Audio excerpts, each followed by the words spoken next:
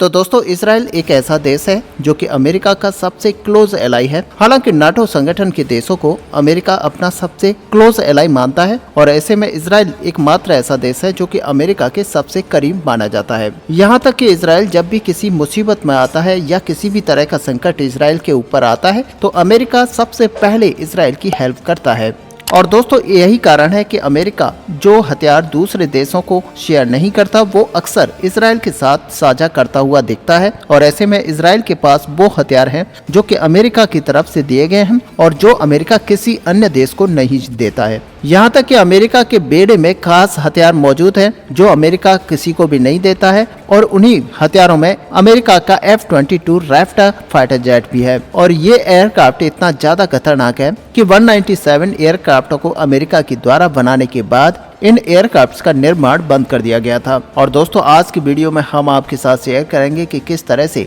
America आज ऐसी स्थिति में आ चुका है कि वह इसराइल के साथ इसी फाइटर जेट को देने के लिए तैयार हो चुका है। ऐसे में दोस्तों क्या है पूरा अपडेट आपको विस्तार से बताएंगे, आप वीडियो में एंड तक बने रहिए। साथ ही अगर हमारे चैनल पर आप नए हैं तो चैनल को सब्सक्राइब कर लीजिए ताकि सबसे पहले हमारी वीडियो आप तक पहुँच पाए। तो दोस्तों आपने देखा कि इसराइल और हमास के बीच में एक घातक युद्ध चल रहा है और ऐसे में यूरेशियन टाइम्स की एक रिपोर्ट में इतिहास के उस समय का जिक्र किया गया है जब एक बहुत ही बड़ी खबर फैली थी कि अमेरिका अपने top secret F-22 Raptor fighter jet तक को इसराइल को देने के लिए तैयार हो चुका है। ऐसे में आपको बता दें कि ये जो खबर है वो साल 2020 में सबसे पहले लंदन स्थित एक न्यूज़पेपर के द्वारा जारी किया गया था और इस न्यूज़पेपर की तरफ से ये दावा किया गया था कि डोनाल्ड ट्रंप इसराइल को एक टॉप सीक्रेट हथियार को देना चाहते हैं। और आपको बता दें कि तब और कोई टॉप सीक्रेट हथियार नहीं था बल्कि ये अमेरिका का F-22 रैप्टर हथियार था जो कि डोनाल्ड ट्रंप की तरफ से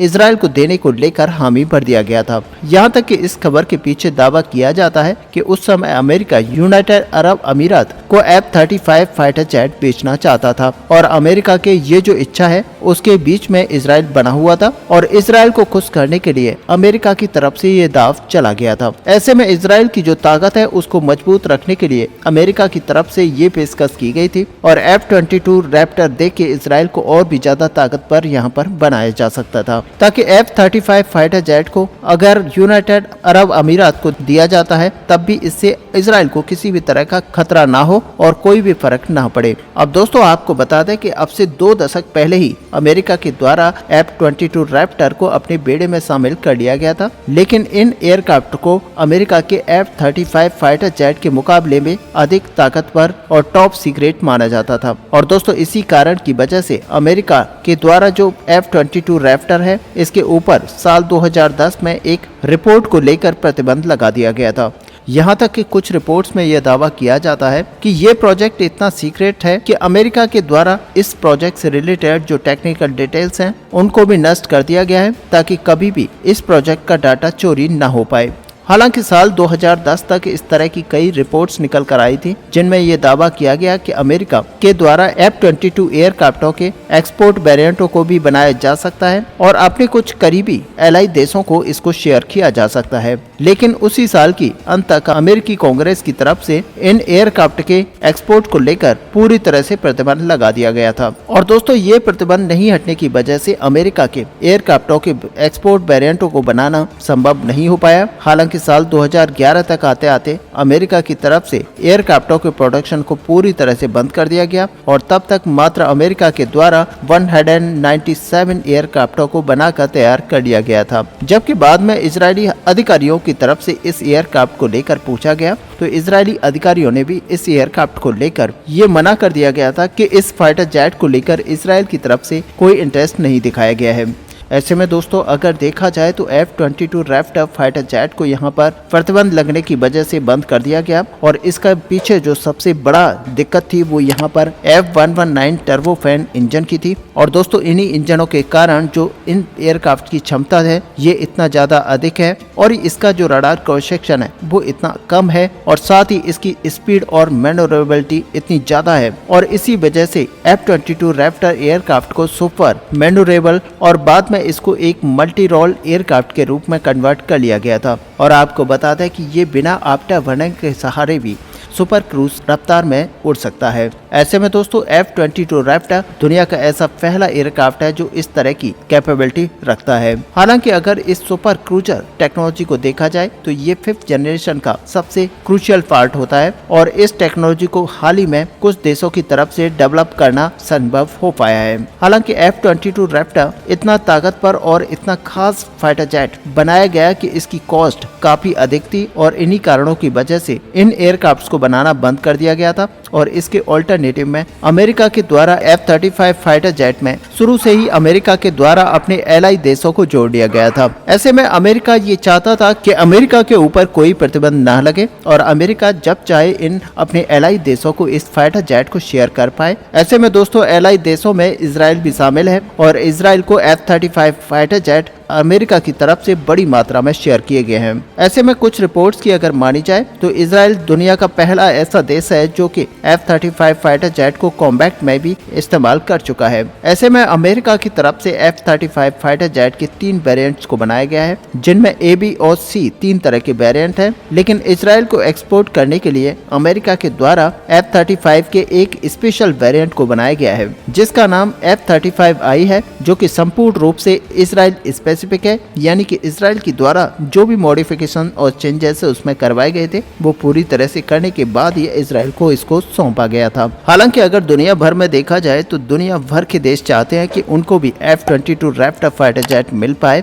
और उसकी जो चाहत है वो अभी तक पूरी दुनिया के अंदर कम नहीं हुई है, जबकि अमेरिका ने इसको बनाना बंद कर दिया है। लेकिन दोस्तों इसी बीच अमेरिका की तरफ से एक ऐसा खबर निकल कर आई थी जहां पर बताया गया था कि F-22 रैप्टर और F-35 फाइटर जेट की टेक्नोलॉजी को मिक्स करके अमेरिका की द्वारा एक ऐसे हाइब्रिड फाइटर जेट को बनाया जा रहा है जो कि चाइना को काउंटर करने के लिए अमेरिका के अल्टीमेट हथियार के रूप में काम करेगा। लेकिन बताया ये जा रहा है कि बाद में इसकी कॉस्ट को देखते हुए इस प्रोजेक्ट को भी बंद करने का फैसला अमेरिका की तरफ से ले लिया गया था और बताया ये जा रहा है कि ये करीब $200 बिलियन से भी अधिक लागत का प्रोजेक्ट था। हालांकि दोस्तों ये केवल एक मीडिया और सोशल मीडिया में फैले हुए खबर था जिसके ऊपर कभी भी किसी गवर्नमेंट का यहाँ पर कोई ऑफिशियल अनाउंसमेंट नहीं किया गया था। लेकिन दोस्तों डोनाल्ड ट्रंप के प्रेसिडेंट रहने के दरमियान अमेरिका और यूनाइटेड अरब अमीरात के बीच में F-35 फाइटर जेट्स को लेकर बात उठी थी और तब कई तरह के अलग अलग मीडिया हाउसेस की तरफ से ये खबरें आ रही थी कि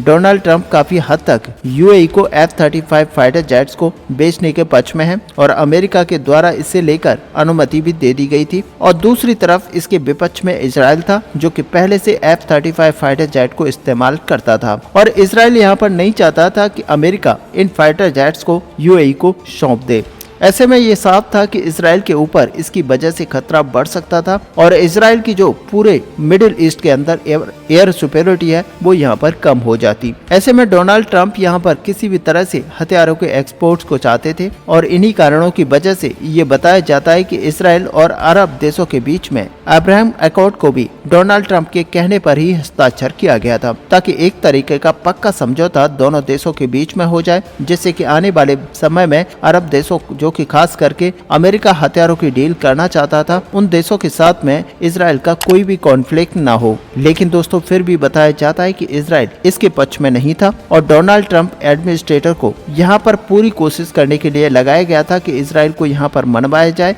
और बड़ी संख्या में यूएई को अपने फाइटर जेट्स को यहाँ पर एक्सपोर्ट किया जाए। और इसीलिए बताया जाता है कि डोनाल्ड ट्रंप की सरकार के रहते ही इन F-22 फाइटर जेट को इजराइल को सौंपने की बात कही गई थी और तब तक इन एयरक्राफ्टों का जो प्रोडक्शन था वो अमेरिका के द्वारा बंद किया जा चुका था। लेकिन किस तरह से इन फाइटर जेट्स को लेकर ये डील इजराइल के साथ रखी गई थी वो यहाँ पर यही था कि अगर इजराइल यहाँ पर मानता तो शायद अमेरिका के द्वारा फिर से एक बार F-22 रैप्टर को यहाँ पर बनाना शुरू किया जा सकता था। लेकिन आपको पता है कि जैसे यहाँ पर सरकार चेंज हुई तो यहाँ पर सारी चीजें भी चेंज हो गई और उस तरह से इजराइल को जो F-22 रैप्टर देने की बातें चल रही थी वो वहाँ पर पूरी तरह से स्टॉप होती हुई दिखाई दी थी। और साथ ही यूएई के साथ ऐसी संभावित डीलों के ऊपर भी अमेरिका की तरफ से रोक लगा दी गई थी और उसके बाद में इस पूरी डील्स को लेकर कभी बातें ही नहीं चली। और ऐसे में दोस्तों इजराइल को जो F-22 रैप्टर मिलने की बातें चल रही थी वो भी वहाँ पर पूरी तरह से खत्म हो चुकी थी। ऐसे में दोस्तों इस बड़े अपडेट को लेकर आपका क्या व्यू है क्या इजराइल को अमेरिका के द्वारा F-22 रैप्टर दिया जा सकता था? आप अपना व्यू हमें कमेंट पे लिखकर जरूर बताएं। साथ ही अगर वीडियो आपको अच्छी लगी हो तो लाइक और शेयर करना ना भूलें। मिलते हैं नेक्स्ट वीडियो में, तब तक के लिए जय हिंद, जय भारत।